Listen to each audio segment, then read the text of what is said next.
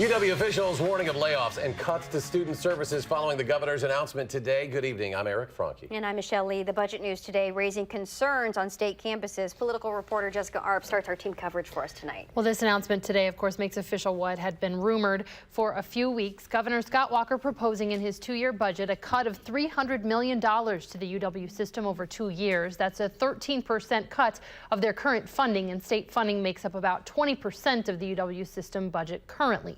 Walker's plan would turn the UW system into a public authority rather than a state agency, but would still freeze in-state tuition for 2 years. The system would then get control of tuition after 2017. All of these major changes drawing strong reaction from campus officials and lawmakers. Ladies and gentlemen, Governor Scott Walker. Governor Scott Walker spending this week announcing pieces of his forthcoming 2-year budget plan. Says his proposal for a UW system public authority will transform education, as Act 10 did for public schools 4 years ago. And I think much like we saw after Act 10, for those who saw that initially as a budgetary reduction, it actually ended up providing great benefit to not only the taxpayers of the state, but ultimately to the people who relied on local governments as well as the state. The same thing will be true at the UW. I can save costs with these flexibilities over time. I just can't do it next year or the year after that. But UW-Madison Chancellor Rebecca Blank says the public authority won't immediately mitigate what would be a 15% budget cut to her campus. Every one of my schools and colleges is going to feel this. There's going to be layoffs in every one of them.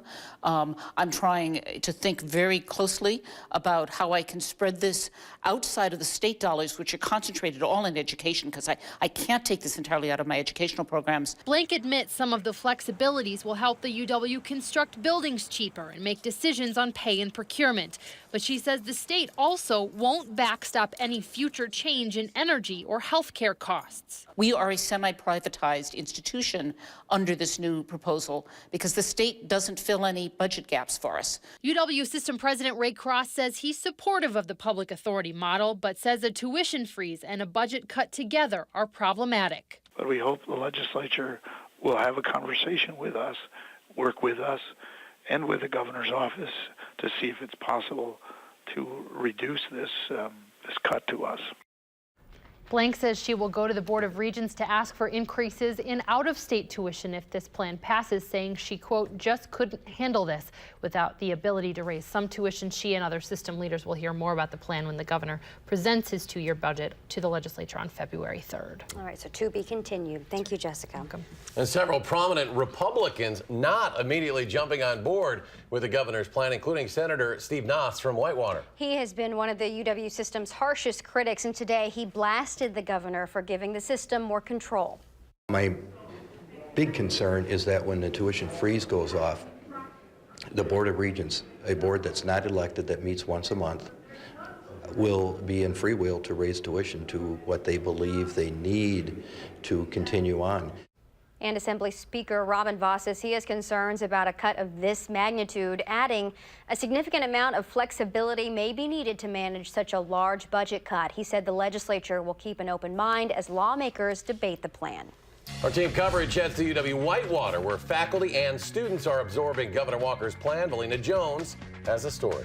Governor Walker's proposed $300 million budget cut to the UW system comes a lot of concerns and unanswered questions for faculty members and students here at UW Whitewater. It's sort of a continuation of what has happened for over a decade. Dr. David Monroe has worked at UW Whitewater for more than 20 years as he looks toward the next 2 years, possibly filled with cuts. It's not only the faculty he's concerned for. UW system has done a lot over the years as the budget cuts to really minimize the impact on the students.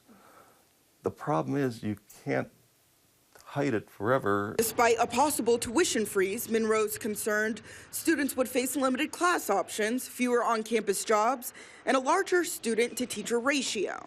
Availability of, opportunities. My first that comes out to me when budget cuts, you're losing possible opportunity. Class availability is already limited, and I feel that if our budget gets cut even more, it's going to limit the availability even more. With still a lot of questions, Monroe says the largest impacts from potential budget cuts may not be seen right away. Ultimately, it's how the student, when they leave here and they get on a job, how well do they do, how well have they been trained? And sometimes it's hard to realize, if there's been a quality slip until it's too late. The university's chancellor says while the potential impacts are still unknown, he does expect to see significant budget cuts in the future. A budget open forum is scheduled for this Wednesday to talk about how the university plans to move forward. In Whitewater, I'm Valina Jones for WISC TV News 3.